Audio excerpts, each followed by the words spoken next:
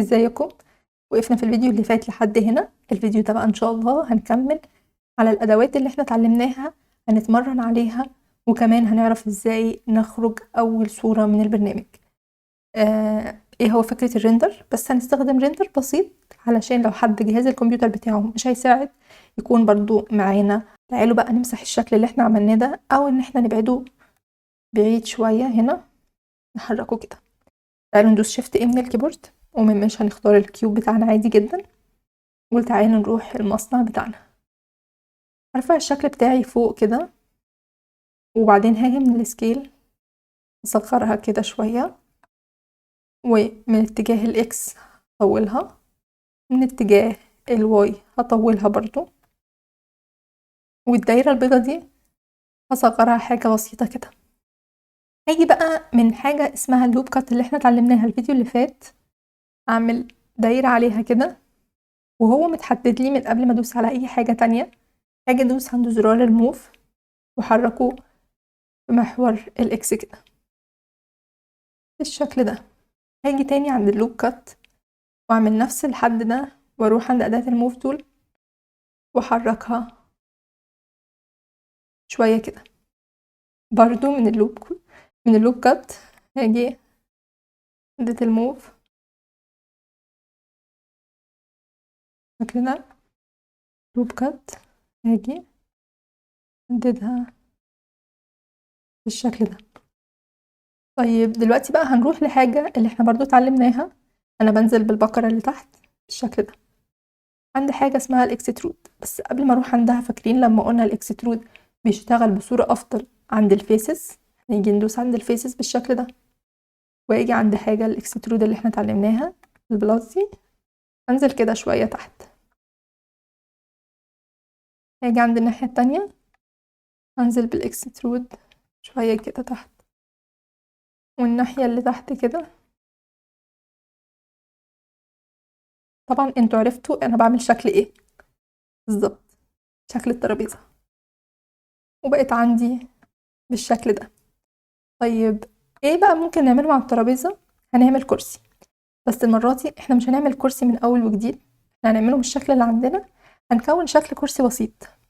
تعالوا بقى نرجع تاني، نخرج من الايديت مود، نروح حاجة الاوبجكت مود بتاعنا. هنتعلم حاجة النهاردة جديدة، اختصار، وهو اسمه الشيفت دي. ايه فكرة الشيفت دي؟ انا بعمل نسخة من الشكل اللي عندي. تعالوا ندوس شيفت وحرف الدي، وهو بيتحرك لي كده. انا بس مسكت يعني حركت بالماوس حاجة بسيطة. هاجي بقى بالسكيل بتاعي اصغر من الدايرة دي، بقت ترابيزة صغنونة. انزلها تحت شوية. تعالوا بقى يلا نروح عند المصنع بتاعنا، وهنيجي هنا حدد دي. فاكرين الشيفت دي؟ هندوس بس المرة دي حرف الشيفت عشان تتحدد لي كلها، وبرده من الاكسترود. شفتوا أداة بسيطة قدرنا ان احنا نكون فيها اشكال تانية مختلفة، وطلعت لي الترابيزة والكرسي بشكل واحد بس بالمنظر ده. كرسي واحد بس؟ لا، تعالوا نعمل تاني كرسي جنبها. ندوس شيفت وحرف دي، ندوس كده، هنيجي نعمل روتيت بالمنظر ده. تعالوا بقى نخفي الشكل اللي احنا عملناه ده، هندوس حرف الاتش. هو ما اتمسحليش، هو موجود عندي بس انا مش عايزه اشوفه. تمام.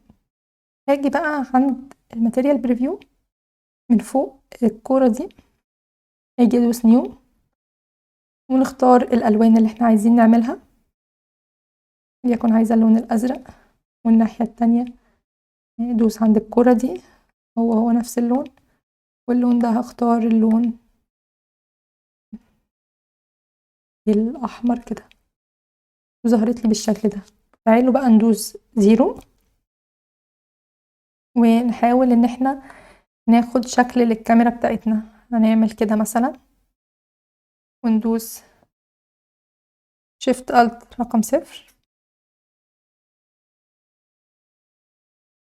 شيفت الت ورقم 0.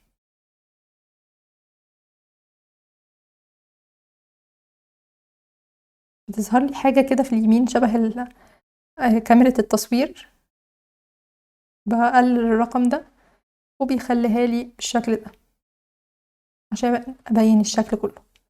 اجي بقى من فوق امسح الشكل ده، امسح السهم ده، دوس حاجة اسمها من الفيو بورت ريندر ايمج.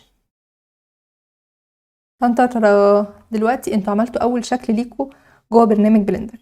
ان شاء الله في الفيديوهات الجاية هنتعلم اكتر واكتر وازاي ان احنا نعمل في الاخير الشكل اللي احنا حابين نصممه. مستنياكم في الفيديوهات الجاية.